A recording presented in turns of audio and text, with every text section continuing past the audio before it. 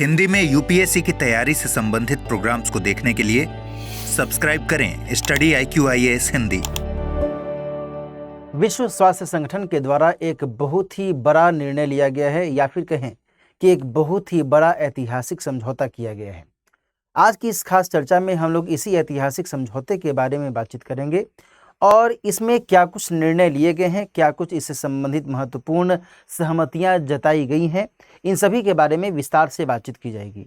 सामने पैनल पर मैंने इसी के बारे में मेंशन किया हुआ है, एक खबर है जिसमें बताया जा रहा है कि world health assembly adopts historic pandemic agreement to make the world more equitable and safer from future pandemics। निश्चित तौर पर आप सभी को कोविड-19 महामारी के बारे में तो जानकारी होगी ही। कोविड-19 महामारी के जरिए 2020-21 में किस तरीके से पूरे वैश्विक लेवल पर अफरा तफरी की स्थिति देखी गई, हर स्तर पर, टीका की व्यवस्था के स्तर पर, डायग्नोस्टिक्स के लेवल पर, थेराप्यूटिक्स के लेवल पर, या फिर किस तरीके से लोगों की जाने गई बहुत बड़ी संख्या में देश विदेश में, वो सभी को पता है ना। तो ऐसे में क्या भविष्य में हम ऐसी महामारियों को रोकने के लिए कुछ कर रहे हैं, क्या कुछ करने की ज़रूरत है, किस तरीके से हम ऐसी महामारियों से रोकथाम पा सकते हैं, इन्हीं को मद्देनज़र रखते हुए ये सहमति यहाँ पर बहुत अधिक ज़रूरी, बहुत अधिक महत्वपूर्ण हो जाती है। तो इसी के बारे में हम लोग आज की चर्चा के माध्यम से समझेंगे। यहाँ इस तस्वीर के जरिए आप समझ सकते हैं WHO के अधिकारियों के द्वारा इसमें सफलता हासिल की गई है कि भाई इस सहमति के जरिए अब हम हो सकता है कि मिलजुल करके किसी भी प्रकार की संभावित महामारी पर विजय हासिल कर सकते हैं। और इसमें भारत भी अपना समर्थन दे रहा है। भारत के द्वारा भी इस पैंडेमिक ट्रीटी को अपनाया गया है और इसके बारे में भी यहाँ पर जानकारी आप देख सकते हैं। तो आइए इसको एक एक करके समझते हैं, जानते हैं। दोस्तों, अभी हाल ही में विश्व स्वास्थ्य संगठन की 78वीं विश्व स्वास्थ्य महासभा का आयोजन किया गया था और इसी में विश्व के पहले महामारी समझौते पर सहमति जताई गई है। कोविड-19 के भयावह दौर से सभी ने सीख हासिल की है, सीख हासिल करनी भी चाहिए और इसी के मद्देनज़र ये समझौता अपने आप में महत्वपूर्ण हो जाता है। पहली बात जो इसमें कही गई है उसमें जानकारी मिल रही है कि देखिए, हमने जब देखा, यानी कि पूरी दुनिया ने यह देखा कि जब कोविड-19 के कारण बहुत बड़े लेवल पर त्रासदी की स्थिति सामने आने लगी, तो इसके अगेंस्ट में ऐसा कोई एप्रोप्रिएट टीका उस समय मौजूद नहीं था। टीका बनने में भी लगभग 1 साल का समय लगा। बहुत बेसब्री से लोगों के द्वारा वैक्सीन का इंतजार किया जा रहा था। तब जाकर के कई सारी परीक्षण के बाद टीकों के बारे में जानकारियाँ मिली, अलग अलग स्तर पर टीके ईजाद किए गए, विकसित किए गए। तो ऐसे में देरी हुई, देरी के कारण बहुत बड़े लेवल पर नुकसान हुआ।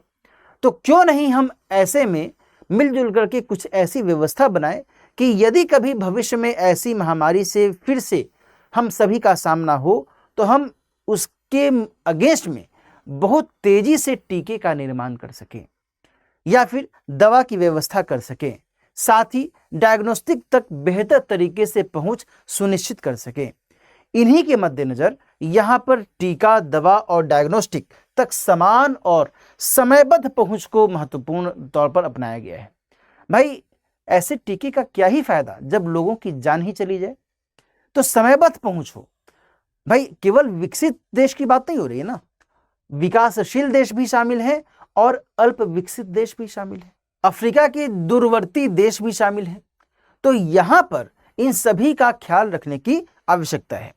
इसके अलावा महामारी की रोकथाम, तैयारी और इसके अगेंस्ट में क्या कुछ बेहतर प्रतिक्रिया हो सकती है, एप्रोप्रिएट प्रतिक्रिया हो सकती है, इन सभी का हमें ख्याल रखना चाहिए।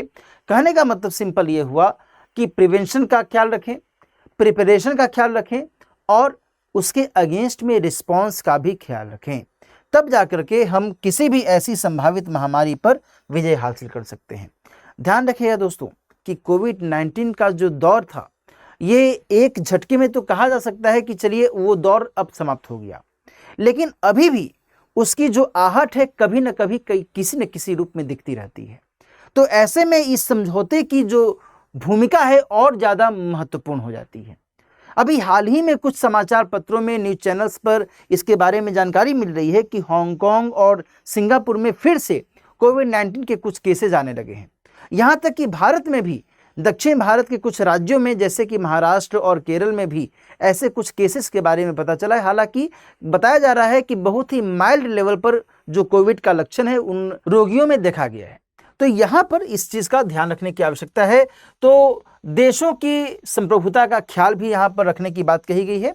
इसमें निश्चित तौर पर जानकारी मिलती है कि जब कोविड-19 का दौर चल रहा था तो विभिन्न देशों के लेवल पर ऐसी शिकायतें भी आ रही थी कि उनको लेकर के WHO अपने लेवल पर कुछ मत दे रहा है, उसकी अपने कुछ दिशा निर्देश हैं जिसको फॉलो किया जाना ज़रूरी है।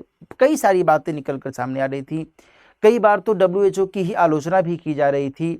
तो इस बार जो सहमति जताई गई है ना, इसमें ये कहा गया है कि देखिए साहब, हम मानते हैं कि महामारी से हम सभी को जूझना पड़ता है और हम अब ये नहीं करेंगे कि आपकी जो अपनी संप्रभुता है उसके साथ हम कोई दुर्व्यवहार करें।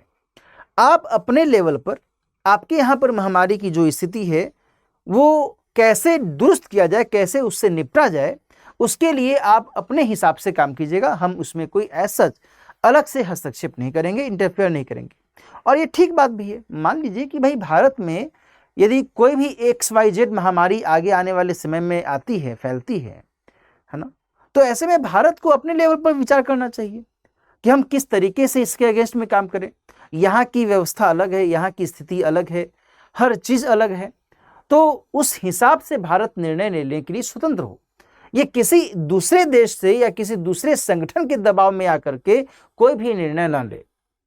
लॉकडाउन लगाना है, नहीं लगाना है, कितने समय के लिए लॉकडाउन लगाना है, दवाओं की व्यवस्था कैसे हम सुनिश्चित करें, टीका की व्यवस्था हम कैसे सुनिश्चित करें, हमारे यहाँ पर कोई बाहरी देश से व्यक्ति आ रहा है या फिर हमारे यहाँ से बाहरी देश में लोग जा रहे हैं, इसको लेकर के हम क्या कुछ नियम और शर्तें अपनाएं, इन सभी का ध्यान हम अपने लेवल पर रख सकें। और इसी को यहाँ पर भी महत्व दिया गया है। कहा गया है कि देखिए साहब, ठीक है, देशों की अपनी संप्रभुता होनी चाहिए और हम उसका ख्याल रखेंगे। ठीक है ना।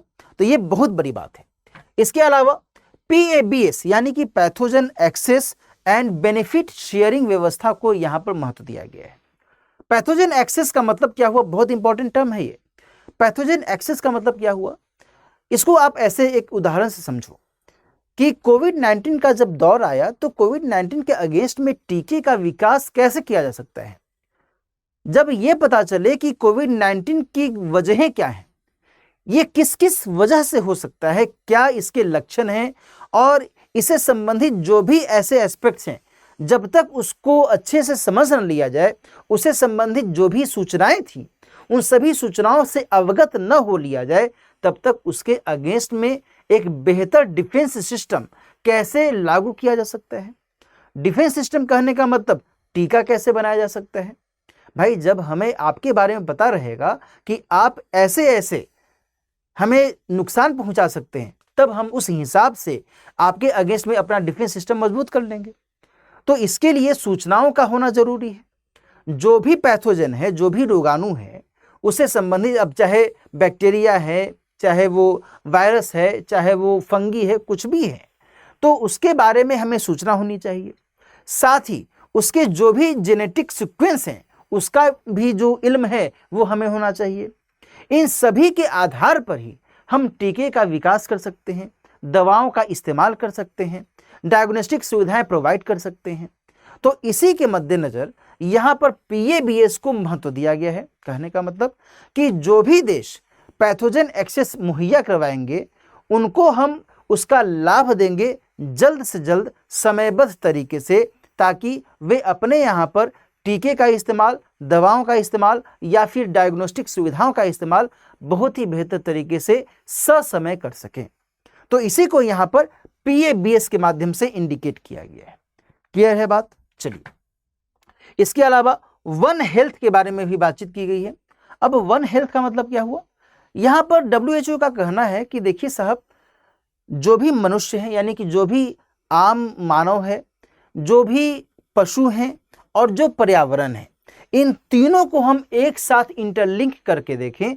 इन तीनों को यदि हम इंटरलिंक करेंगे तभी एक बेहतर स्वास्थ्य सुविधा का विकास किया जा सकता है, बेहतर स्वास्थ्य की कल्पना की जा सकती है। और इसी के मद्देनजर इसे वन हेल्थ के माध्यम से इंडिकेट किया गया है। और क्या बातें कही गई हैं? इसमें यह भी कहा गया है कि एक बार 60 देशों के द्वारा रेटिफाई कर दिया जाएगा तो ये जो समझौता है ये बाध्यकारी यानी कि बाइंडिंग हो जाएगा। उस समझौते से फिर हटा नहीं जा सकता है, आप उस समझौते को इनकार नहीं कर सकते हैं। तो ये यहाँ पर बहुत ही इंपॉर्टेंट है। इसके अलावा यह भी कहा गया है कि जो सदस्य देश हैं इस समझौते के अनुकूल अपने राष्ट्रीय कानून को मॉडिफाई करें। जो भी आपके यहाँ का राष्ट्रीय कानून है उसको आप देखिए कि भाई इस समझौते में क्या बातें कही गई हैं और हमारे यहाँ का जो राष्ट्रीय कानून है इस पर्टिकुलर कंडीशन में क्या कुछ बातें कहता है, उसको उसके अकॉर्डिंग एडजस्ट कर दीजिए ताकि कहीं कोई दिक्कत ना हो। इसके अलावा विशेषकर विकासशील देशों में WHO समर्थित जो दवाएं हैं उन दवाओं का बेहतर तरीके से पहुंच सुनिश्चित की जाए, उसके लिए भी ध्यान रखने की आवश्यकता है। तो ये सारी जो बातें हैं यहाँ पर महत्वपूर्ण तौर पर अपनाने की बात कही गई है। और देन आफ्टर जो दवा निर्माता हैं उनके लिए भी कुछ खास निर्देश जारी किए गए हैं, कुछ खास बातें कही गई हैं। लाइकवाइज कि उत्पादन का 10% WHO के जरिए डोनेशन के लिए रिजर्व रखना होगा। ठीक है जी भाई, WHO के माध्यम से भी बहुत बड़े पैमाने पर वैक्सीन्स डोनेट किए जाते हैं, डोनेशन के तौर पर दिए जाते हैं।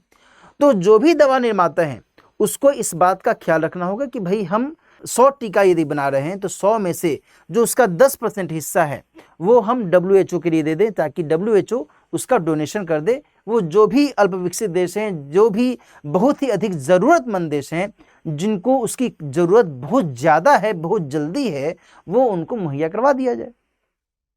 इसके अलावा कम आय वाले देशों में कम कीमतों पर वितरण करने के लिए भी उत्पादन के 10% का आरक्षण किया जाना चाहिए। ये बातें भी कही गई हैं।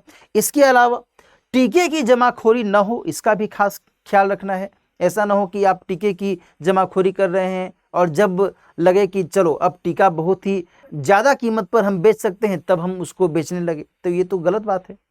इसके अलावा टीके की समयबद्ध पहुंच सुनिश्चित की जाए, ये अपने आप में बहुत ज़्यादा ज़रूरी है, इसका भी ख्याल रखना चाहिए। और इस तरीके से ये जो समझौता है, ये समझौता आगे आने वाली किसी भी प्रकार की संभावित महामारी के अगेंस्ट में एक महत्वपूर्ण नेटवर्क के तौर पर, एक सामूहिक नेटवर्क के तौर पर काम कर सकता है, जिसके जरिए ऐसी किसी भी महामारी से निजात पाई जा सकती है और देशों के द्वारा इसमें भी सफलता पाई जा सकती है। तो आज की इस खास चर्चा में हम लोगों ने WHO के इस खास एग्रीमेंट को लेकर के जो भी महत्वपूर्ण बातें हैं उसके बारे में जाना समझा। क्यों ये एग्रीमेंट लाया गया है, इस एग्रीमेंट में क्या कुछ बातें कही गई हैं, इसमें क्या कुछ हमें लाभ मिल सकता है, किन किन महत्वपूर्ण पक्षों पर ध्यान रखा गया है, इन सभी की चर्चा हम सभी ने मिलजुल करके की है और निश्चित तौर पर इससे आपको लाभ मिलेगा। ठीक है, तो दोस्तों आज की खास चर्चा हम लोग यहीं पर अब समाप्त करते हैं। मिलते हैं फिर किसी खास टॉपिक के साथ। तब तक अपना ख्याल रखिए, अच्छे से पढ़ते रहिए। All the best. हिंदी में UPSC की तैयारी से संबंधित प्रोग्राम्स को देखने के लिए सब्सक्राइब करें स्टडी IQ IAS हिंदी।